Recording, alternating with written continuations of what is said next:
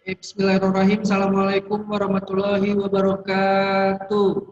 Bagaimana keadaannya anak-anak? Semoga dalam keadaan sehat walafiat dan selalu semangat. Oke, kita harus semangat belajarnya meskipun di era pandemi seperti ini.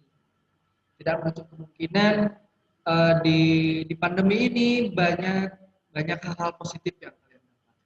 Ya, mudah-mudahan kalian selalu dijaga dalam keadaan sehat, keluarga kalian selalu dimudahkan dalam segala macam urusan dan kalian juga selalu dilindungi Allah Subhanahu wa taala. Karena mau tidak mau kita harus banyak berdoa terhadap Allah Subhanahu wa taala. Karena berkat Allah Subhanahu wa taala kita masih bisa dilindungi, masih dilindungi dan masih dalam keadaan sehat. Anak-anak, hari ini kita akan belajar tentang gaya. Nah, minggu kemarin kita sudah mempelajari 3 macam gaya. Nah, minggu ini kita akan mempelajari lagi 3 macam gaya. Oke, penasaran gaya apa saja yang akan dibahas hari ini ya? Tentunya gaya-gaya yang sangat dekat dengan kalian dan membantu di dalam kehidupan kalian sehari-hari. Nah, penasaran gaya apa saja nih ya yang bakal Pak Adi ceritakan atau yang bakal Pak Adi jelaskan? Oke, lihat ya. Baik, anak-anak. Share dulu. Nah, sudah mulai terlihat kan? Kira-kira kita akan membahas apa nih? Oke. Nah, kita akan membahas tentang macam-macam gaya. Untuk apa sih Pak kita membahas macam-macam gaya terus? Yang pertama, agar kalian tahu bahwa gaya itu ada di sekeliling kalian dan sangat membantu dalam kehidupan kalian sehari-hari. Contoh, kalian berlari, berjalan itu juga menggunakan gaya. Nah, gaya apa yang dipakai oleh kita untuk berlari dan gaya apa yang kita pakai untuk menulis ataupun gaya apa yang kita pakai pada saat kita bermain sepeda. Oke, ayo, ada yang bisa nebak kira-kira gaya apa ya? Kita bahas. Nah, kita bahas ya anak-anak. Pertama, ada gaya otot. Gaya otot. Nah, yang berikutnya ada gaya pegas. Ya pegas. Atau seperti karet kayak gitu. Ya. Yang berikutnya adalah ada gaya listrik. Kira-kira apa aja sih gaya-gaya ini? Nah, pertama, gaya otot. Gaya otot adalah gaya yang dihasilkan oleh otot manusia atau tenaga manusia. Ya, selain itu gaya otot juga dapat dihasilkan oleh hewan. Contohnya, ketika kalian naik delman, nah itu gaya otot hewan. Ya, lalu gaya otot yang dihasilkan oleh manusia ketika kalian mendorong meja, bermain sepeda, bermain bola, berjalan, melempar itu merupakan gaya otot. Apa aja contohnya? Nah, kita lihat contoh-contoh gaya otot. Orang bermain tarik tambang. Nah, kalian pernah kan ketika 17-an ada lomba tarik tambang itu merupakan memakai gaya otot. Yang berikutnya orang yang sedang mendorong meja. Itu pun kalian menggunakan gaya otot.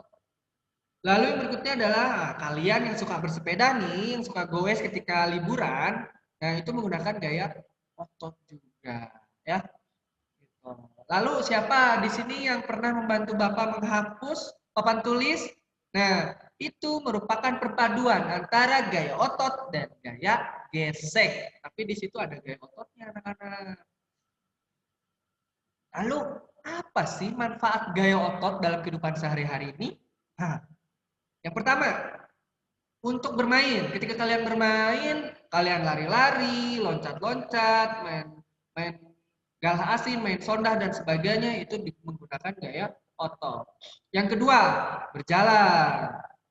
Kalian berjalan itu menggunakan gaya otot. Yang ketiga, ketika kalian belajar dan mengerjakan tugas-tugas ataupun kerajinan yang yang diperintahkan oleh Pak Adi, yang ditugaskan oleh Pak Adi, itu kalian juga menggunakan gaya otot. Yang berikutnya, yang keempat, ketika kalian membantu orang tua kalian di rumah membawa barang, itu merupakan gaya otot. Seperti itu. Paham ya gaya otot itu apa? Nah, yang berikutnya ada gaya pegas. Apa sih gaya pegas? Gaya pegas adalah kekuatan yang ditimbulkan oleh karet atau pegas yang direnggangkan. Misalnya, saat kamu bermain panahan, karet mampu mendorong anak panah terlontar dengan cepat dan jauh. Nih, contoh sederhana adalah oleh pulpen ini nih anak-anak. Nih, lihat. Ketika kita tekan, nah, ini kan masuk nih. Lalu kita gunakan gaya pegas. Di sini.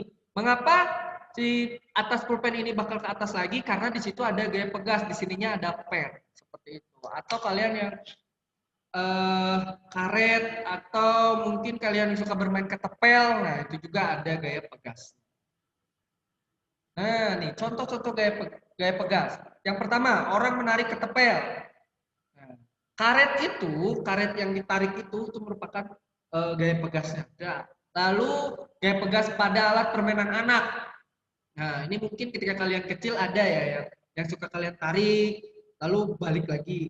Tarik, lalu balik lagi. Nah, itu merupakan contoh gaya pegas pada alat permainan anak. Nah, sekarang eh, panahan. Orang yang sedang bermain panahan. Nah, itu merupakan contoh gaya pegas. Apalagi panahan merupakan olahraga sunnah dari Nabi Muhammad SAW, sehingga selain kalian mengetahui atau selain kalian bermain panahan, kalian mendapatkan pahala, kalian juga mendapatkan keterampilan dan juga tahu bahwa gaya pegas itu ada dalam kehidupan kalian sehari-hari.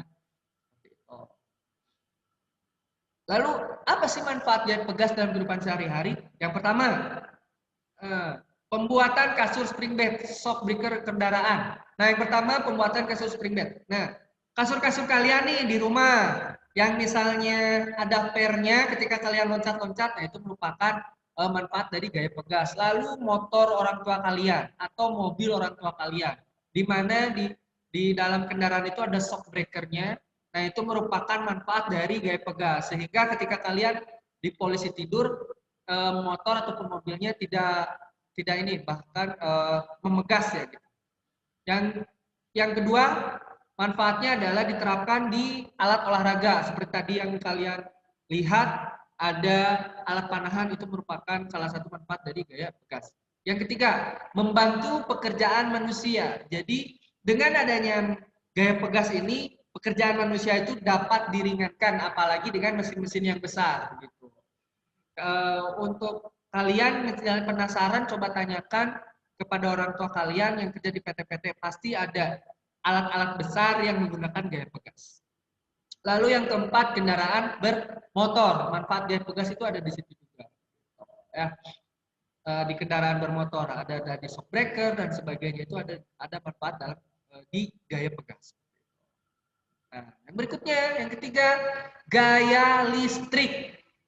Kebayang dong oleh kalian ketika di dunia ini atau di kehidupan kalian tidak ada listrik, bagaimana? Gelap pasti. Ketika matahari terbenam pasti gelap.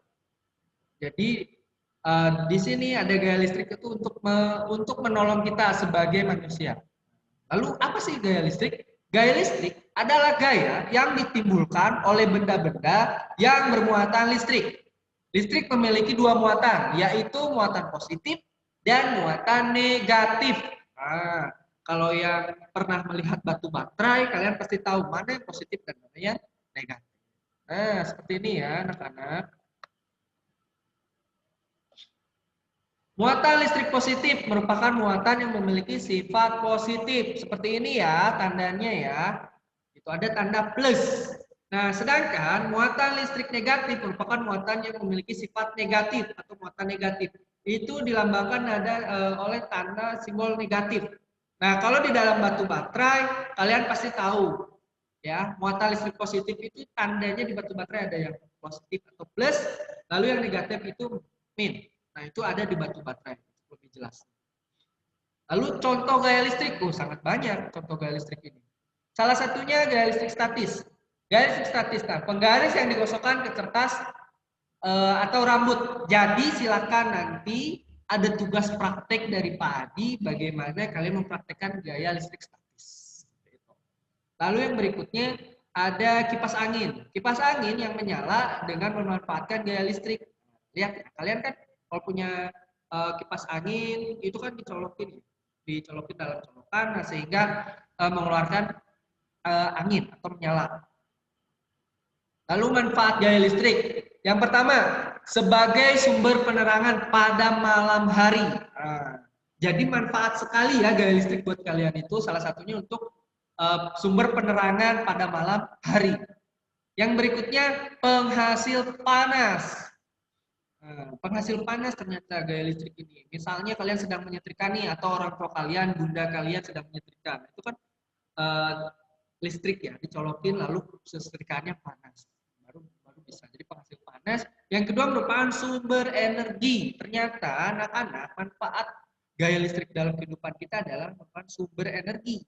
Kayak gitu. Seperti tadi untuk membantu penerangan kita di malam hari merupakan sumber energi juga. Seperti itu ya anak-anak. Nah, lalu Bapak mau memberikan satu informasi yang sangat-sangat bermanfaat. Nah, di mana alat pengukur gaya. Apa sih alat pengukur gaya? Alat pengukur gaya dinamakan dinamometer. Ya, ini alat-alatnya ada yang digital, ada yang non digital. Itu ya, alat pengukur gaya dinamakan dinamometer.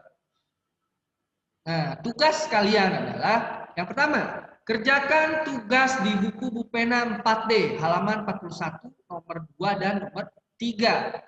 Lalu tugas yang kedua, seperti yang tadi Bapak bicarakan, lakukan praktek kegiatan bersama orang tua, bersama-sama berkolaborasi bersama orang tua, untuk mempraktekkan kegiatan pengaruh gaya listrik di halaman 55 buku ISPS. Kirim dalam bentuk video ya. Semangat anak-anak untuk selalu mengerjakan tugas dan selalu berkreasi. Mudah-mudahan Allah membalas segala hal-hal positif yang dilakukan anak-anak selama BDR ini, belajar di rumah ini. Mudah-mudahan ilmu yang didapatkan dari Pak Adi ataupun yang didapatkan dari Allah melalui Pak Adi berkah buat anak-anak dan semoga menjadi catatan amal jariah bagi kita semua. Terima kasih. Jika ada yang ingin ditanyakan, silakan bertanya ke Pak Adi lewat Japri. Terima kasih. Assalamualaikum warahmatullahi wabarakatuh. Dadah anak-anak. Semangat belajarnya.